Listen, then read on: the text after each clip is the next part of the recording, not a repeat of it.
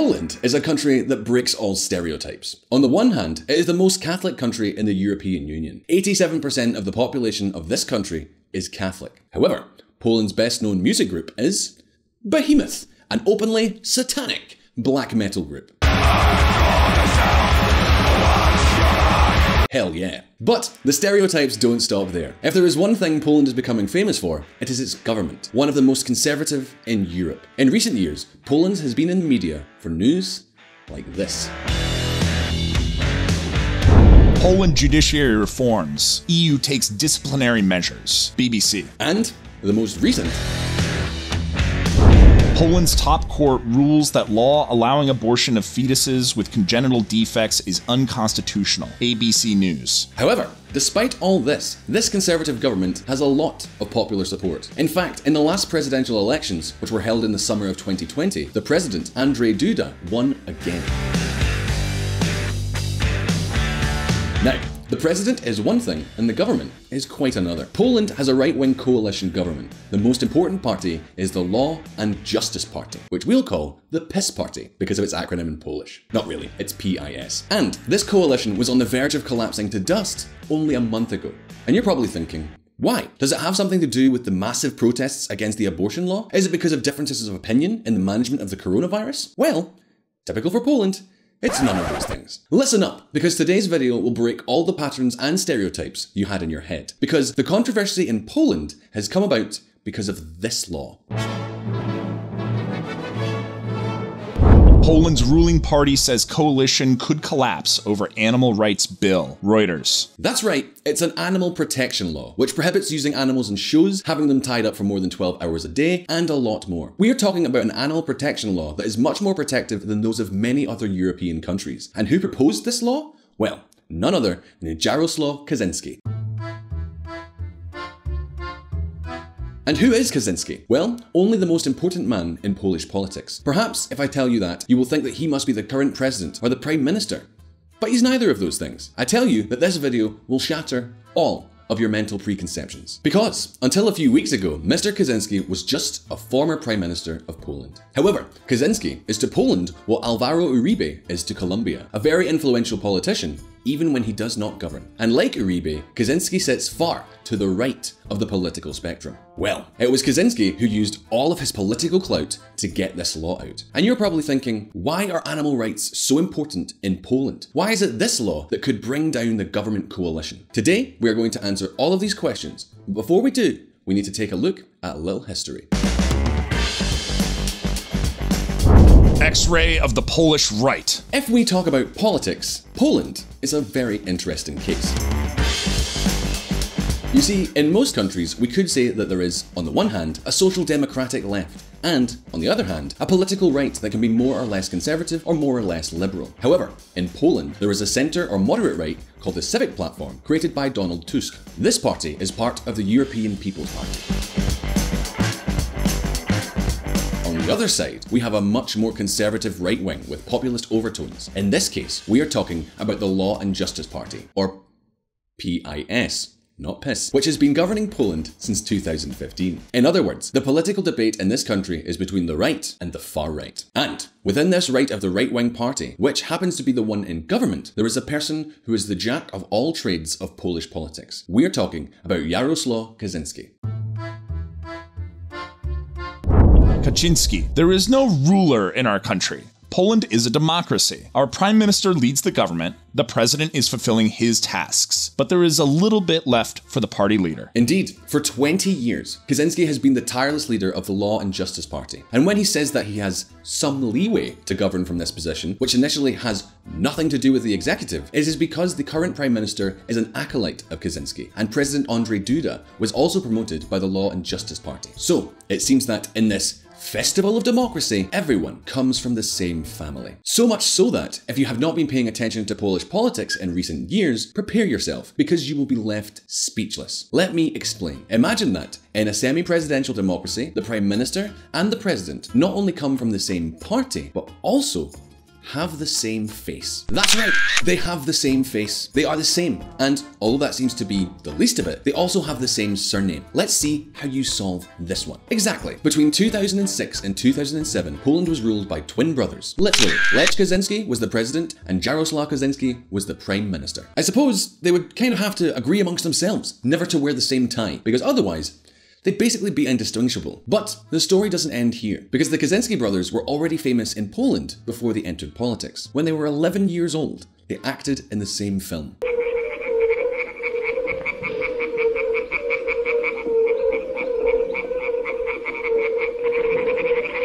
With stories like this, it is understandable that the Kaczynskis had the affection of all Poles.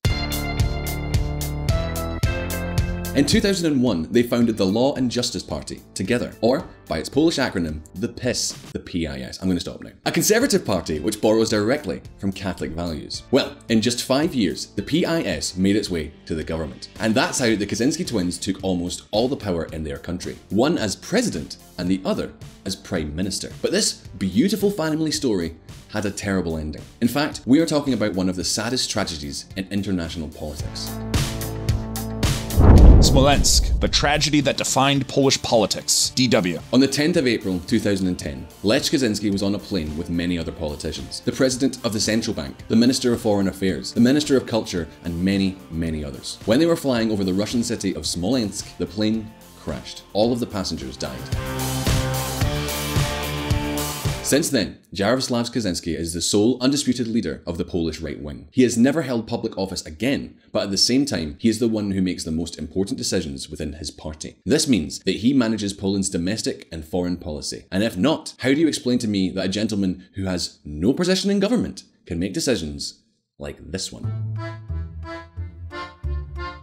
Poland's Kaczynski says no to the euro as part of election campaign. Reuters. Furthermore, although it is true that he did not hold any publicly elected office, he did have enough freedom to promote or remove candidates from the head of government. He had so much power that some media spoke of disposable prime ministers. If someone stopped impressing Kaczynski, he or she lost their position. This was the case with Mara Winkowicz in 2006, or the politician could choose to resign, as Beata Szydło did in 2017. Right now, the Polish prime minister is Mateusz Morawiecki, who again is very close to Kaczynski. And once again, I'd like to apologise to all of Poland for the pronunciation of those names. So, who supports this man? Well, more or less half of all Poles do, if we use the results of the parliamentary elections of 2019 and the presidential elections of 2020 as a reference. The Law and Justice voter base was traditionally among conservatives and linked to rural areas, the church. Remember, we are talking about a country where religion is a very important issue. Almost 90% of Poles declare themselves to be Catholic.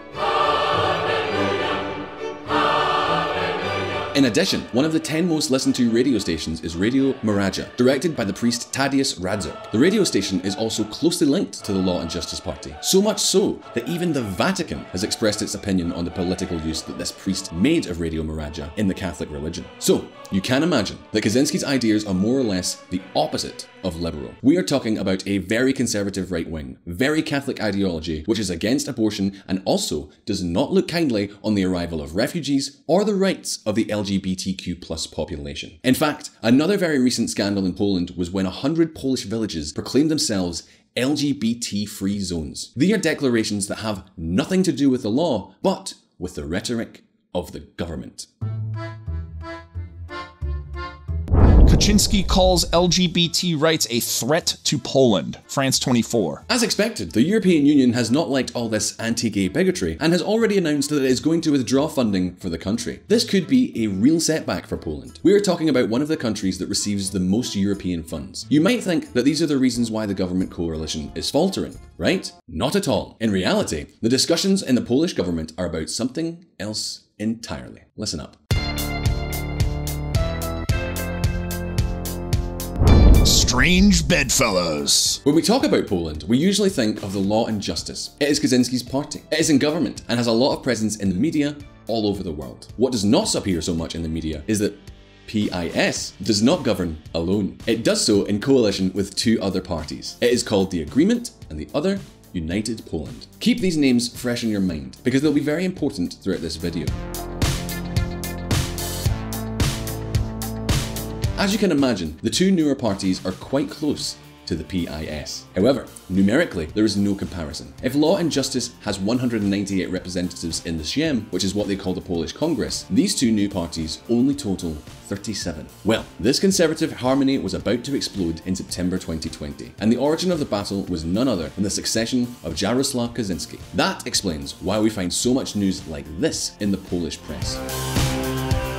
Ziobro is acting like a self-appointed prime minister. Within the Polish government, the tail is wagging the dog. Wyborcza. So, who is Ziobro? Well, none other than the leader of the United Poland Party, which, as you know, governs in coalition with the PIS. He is also the Minister of Justice, so the judicial reforms that have shaken the European Union are largely to his credit. You see, if any of you think that Kaczynski is too conservative, Ziobro is not far behind. His party is against abortion, gay marriage, and the Istanbul Convention Against Violence Against Women, because he says it is a, quote, feminist creation to justify gay ideology, end quote. You know, the famous gay ideology that they, too, are people. And if Ziobro's party represents the most conservative wing of the government, at the other end of the spectrum we have the Jaroslaw Godwin's Agreement Party. It is called Jaroslaw Godwin's Agreement Party, so it is pretty clear who is in charge. Well, both United Poland and Agreement are parties that are too small to be able to really promote their interests, but big enough to counteract the power of the PIS.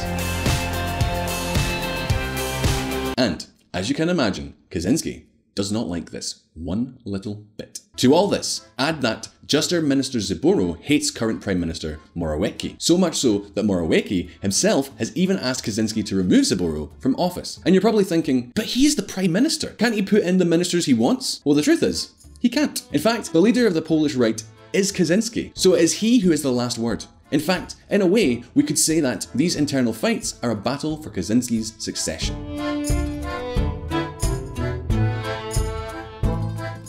All of this brings us to September 2020. Let's put ourselves in Kaczynski's shoes for just one moment. You are a 71-year-old man. You are the most influential politician in Poland, but your party is winning fewer and fewer votes in the election, and your government coalition is engaged in internal struggles. Add to that the coronavirus pandemic. At the time of making this video, the numbers in Poland were skyrocketing. But back in September 2020, the virus was under control. Now, with better or worse fortune, the coronavirus can ruin any government. Just ask former President Donald Trump. So, Kaczynski is in a complicated situation. On the one hand, he would like to expand his share of power and calm the internal quarrels. But on the other hand, let's be honest, no one would want to be at the helm of Poland, or indeed any European country, in 2020. I think everyone would agree on this. Merkel, Macron, Sanchez, and of course, Kaczynski himself, because we have several years left in which power will become a proverbial hot potato. All governments are passing very unpopular restrictions. Meanwhile, there are companies going bankrupt, unemployment rising, and lots of cuts to jobs and subsidies. In other words, the idea of spending these years in comfortable opposition really doesn't sound so bad. So, what has Kaczynski done? Well, he's done what you might call a political Hail Mary. And what does this mean exactly? Well, we're going to take a look at that right now. The Polish Hail Mary. In American soccer, as I like to call it, the Hail Mary is a risky, desperate, and very, very difficult move to make right. It happens when the game already seems over. Your team is losing, but suddenly you find yourself with the ball. You don't have any of your team around you. The other side is about to take the ball away from you. That's when you do the Hail Mary pass. That is, you basically throw the ball as far as you can, and with a little luck, you score a touchdown or a goal or something. Sports isn't my strong suit. Well, something like this is what our friend Kaczynski has done. Damn it, I've got nothing to lose, so I'm going to take my chances. If I lose, I'm off the hook for 3 years. If I win, I'll clean up my coalition.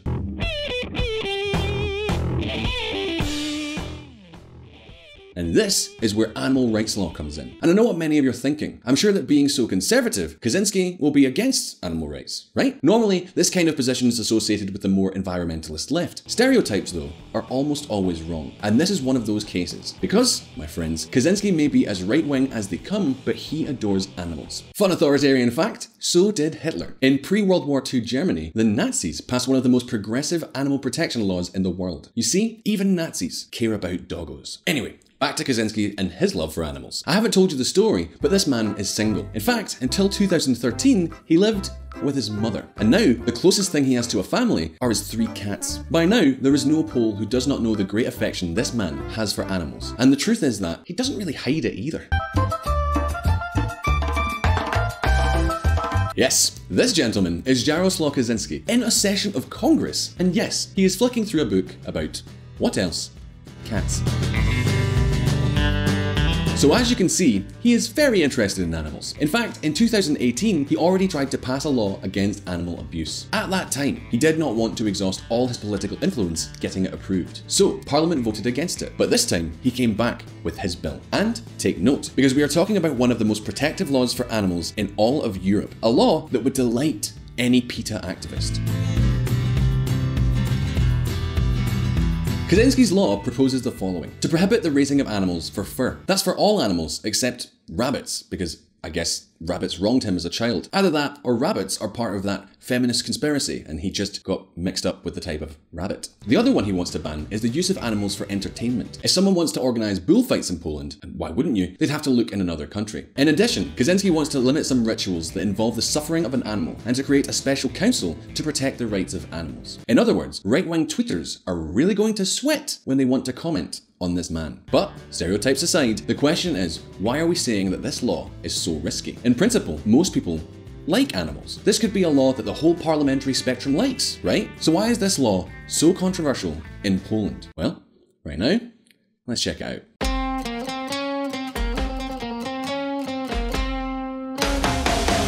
No country for vegans. In the world today, there are 3 countries that are leaders in the export of mink skins: China, Denmark, and Poland. That's right, if you want to buy a fur coat, it is very likely that it will have a label stamped "Made in Poland." The fur industry generates thousands of jobs in this country, and those are mainly rural jobs. As I mentioned at the beginning of this video, one of the sectors that most support the Law and Justice Party is precisely this, the rural sector. So, in this Polish version of Animal Farm, those who rebelled are not the animals, but the farmers, who had voted for the PiS party in the past and now feel betrayed. But we are not only talking about them, but also another sector of voters crucial to Law and Justice. Do you remember Radio Maraja and its controversial director, Tadeusz Radzuk? Listen to this. They feel pity now over these little furs, Father Rydzik said recently, adding that the government should not be focused on things like further limiting abortion rights. Let's not animalize man and humanize animals. New York Times. Yikes. But anyway, this law hasn't just upset the Catholic religion. It is a full frontal attack against Islam and Judaism as well. Why, you may ask? Because Muslims eat halal food and the Jews eat kosher food. And what is the problem with kosher and halal food and animal rights? Well, there are a lot of them.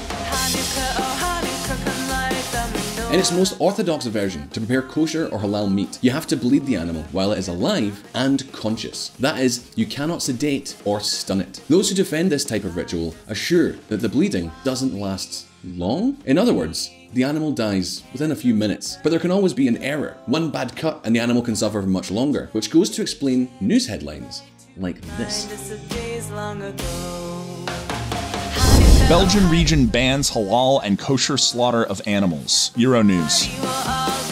Denmark bans kosher and halal animal slaughter. Time. So at this point, you're probably thinking, how does this affect Poland? You've already told me that 80% of its population is Catholic, and in the other 13% will find all kinds of religion. Interestingly, Poland has one of the smallest Muslim populations in all of Europe. To give you an idea, there are more Jehovah's Witnesses in Poland than there are Muslims and Jews combined. However, Poland is one of the leading exporters of kosher and halal meat in Europe. We do not have exact figures, but we are talking about an industry that moves millions of dollars every year. To give you an idea, Poland is such an important producer that even Israel has a problem with this law. Check this out. Jewish leaders concerned over Poland's proposed banning of kosher exports. J-Post. By now, I think you can imagine why this animal law is so controversial. Basically, it strikes a blow at its own voter base, at least those who work in the country. As you can imagine, all of Kaczynski's political allies have opposed this law. So how did Kaczynski respond? Remember that we are talking about a 71-year-old man, a man who represents the essence of Polish conservatism. Well, in order to break stereotypes, he has made the most millennial decision possible. A TikTok profile was created to broadcast a video response defending his law. Ustawę. Ja ją popieram z całego serca I chciałbym nominować. You know it's serious when it's on TikTok. And what it says, basically, is that every good person should support this law and then nominate, guess who? His favourite, Prime Minister Mateusz Morawiecki. And there you have it. The truth is that Kaczynski's move is more than surprising, because it is obvious that many farmers who supported the PIS party in the last elections will now look for another party. But at the same time, this law has received a lot of support among some sectors that had never been interested in law and justice before. We're talking here about young people, animal rights defenders, in short, traditionally left-wing voters. And there's more. The bill has allowed Kaczynski to purge his coalition, which, as you may remember, was fracturing. Both United Poland and, ironically, Agreement refused to support the Animal Protection Bill. Some of their representatives voted against it, and others abstained from voting. And who's one of the main detractors of the bill? You guessed it, the Minister of Justice, Zbigniew Ziobro. And who voted in favour? Exactly, Mr. Morawiecki. But the story does not end there. When the bill passed through this gem, that is, the Polish Parliament, 15 representatives from PIS itself also voted against it. What happened next really fits the stereotypes well. Come on, this part probably won't surprise you.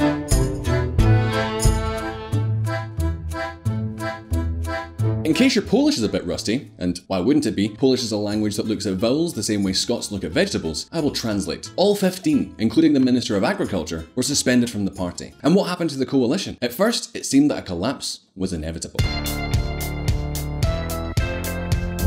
Poland's Law and Justice ponders ruling alone after United Right coalition collapses. Euronews. But this is what the Hail Mary is all about. With a little risk, sometimes the impossible becomes reality. If the United Right-wing coalition falls apart, it is likely that Poland will have to hold new elections. And in the year 2020, with the COVID pandemic, no one wants to risk losing their share of power in new elections. So, for the moment, the coalition is holding. And what happened to Kaczynski? He's back in power. That is, back to official power. From now on, he's the Deputy Prime Minister. The truth is that, at this point, the fate of the Animal Protection Law is not at all clear. The Senate approved it with several amendments, but it seems that the protest cooled the PIS down a bit. So, for the moment, the bill is on hold in the Polish Congress.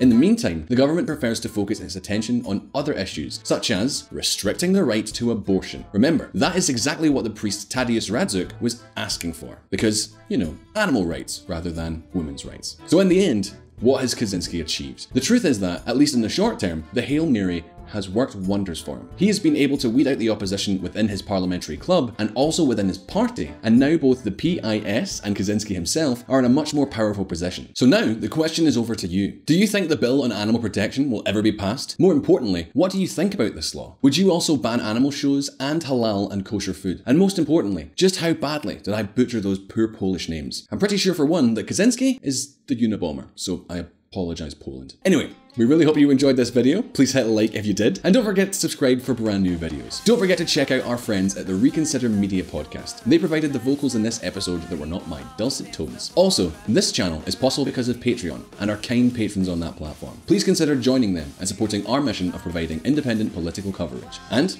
as always, I'll see you next time. I'm really sorry, Poland. And if you want to learn more about politics and hear even more of my lovely voice, you can join us at Reconsider Media. We have a podcast at reconsidermedia.com/podcast. See you there.